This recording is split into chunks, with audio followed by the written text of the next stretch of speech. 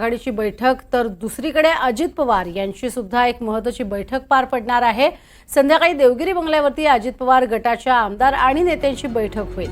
लोकसभा निवडणुकीतील strike rate पाहता विधानसभा निवडणुकीत जागा वाटप होणार असल्याचं मुख्यमंत्री एकनाथ शिंदेंनी म्हटलं होतं। मात्र त्यामुळे आता अजित पवार गट सावध झालाय। जागा वाटपासारख्या अतिशय महत्त्वाच्या विषयावरती चर्चा करण्यासाठी अजित पवार गटानं आज महत्त्वाची बैठक बोलावली आहे अशी माहिती आहे।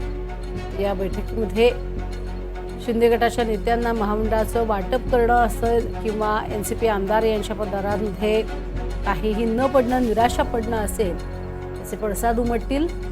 तसंच आगामी विधानसभा निवडणूक यासाठी राजकीय चर्चा सुद्धा होणार आहे। सागर कुलकर्णी आमचे प्रतिनिधी आपल्या सोबत आहेत। सागर, अतिशय महत्त्वाची बैठक आहे, कोणते महत्त्वाचे मुद्दे चर्चिले जातील?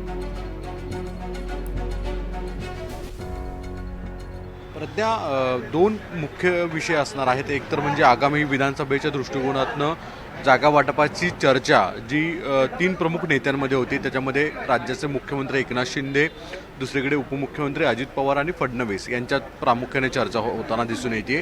ज्या जागा वाटपाची या तीन प्रमुख नेत्यांमध्ये जी चर्चा आहे त्याचा माहिती संबंधित सर्व प्रमुख नेत्यांना देण्याचं काम अजित पवार करतायत आणि काही जागा ज्या मागून घ्यायच्या आहेत, अतिरिक्त जागा असतील, काही ठिकाणी पारंपरिक पद्धतीने भाजप किंवा शिवसेना एकनाथ शिंदे यांच्या वतीनेही जागा लढवल्या जातात, अशा जागा जर घ्यायच्या असतील तर त्याची प्राथमिक चर्चा काही प्रमुख नेत्यांशी अजित पवार करतील आणि त्यानंतरनं परत पुढील 2 दिवसामध्ये महायुतीची सुद्धा जागा वाटपाची चर्चा नेत्यांची होईल असं सांगितलं जातं।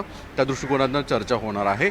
दुसरी गोष्ट की अजित पवार यांची जी यात्रा आहे, जी महाराष्ट्रातल्या उत्तर महाराष्ट्र, विदर्भ, पश्चिम महाराष्ट्रामध्ये झालेली आहे, आता त्यांना कोकणामध्ये काढायची आहे, त्याचं नियोजन देखील चर्चासुद्धा या बैठकीत होणार आहे।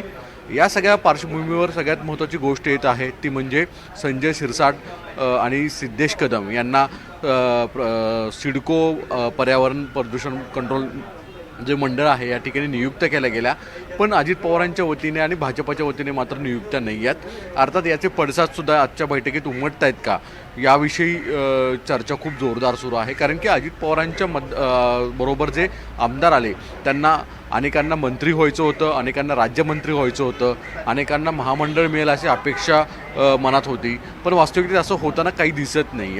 या सगळ्या पार्श्वभूमीवर अजित पवार देखील आज मिटिंगमध्ये या संदर्भात काही भाष्य करतायत का की शिरसाटांची निवड होते एका बाजूला महामंडळामधून, पण दुसरीकडे राष्ट्रवादी आणि भाजपाकडच्या ज्या कोट्यातल्या महामंडळ आहेत तिथे नियुक्त्या होताना दिसत नाही आहेत। जी सूत्रांची माहिती मिळते त्यानुसार अजित पवार आणि त्यांच्या प्रमुख नेत्यांची एक भूमिका आहे ती म्हणजे कोणत्याही परिस्थितीमध्ये निवडणुकीच्या तोंडावर जर एखाद्या महामंडळ एखाद्या व्यक्तीला दिलं तर त्याच्यामध्ये अन्य लोकांमध्ये नाराजीचा सूर वाढू शकतो, यामुळे तुर्तच तरी अशी महामंडळाची नियुक्त्या केल्या जाऊ नयेत। जे राज्यपाल नियुक्त आमदार नियुक्ती असेल किंवा पुढील कालावधीमध्ये विधान परिषदेच्या काही जागा पदरात पडणार असेल तर अशा ठिकाणी नियुक्त्या केल्या जाव्यात, पण तुर्तास तरी नवं सरकार येईपर्यंत महामंडळाच्या नियुक्त्या करू नये असं एक प्रमुख नेत्यांचं मत आहे। यावर देखील कदाचित आजच्या काही बैठकांमध्ये पडसाद उमटत आहेत का, त्याच्यावर चर्चा होते का, हे देखील पाहणं तितकंच गरजेचं असणार आहे। पुढील कालावधीमध्ये निवडणुका येत आहेत, त्या दृष्टिकोनातून आजची अजित पवारांची देवगिरीची बैठक एक महत्त्वाची राहणार आहे। नक्कीच, तुर्तास धन्यवाद या संपूर्ण माहितीसाठी सागर।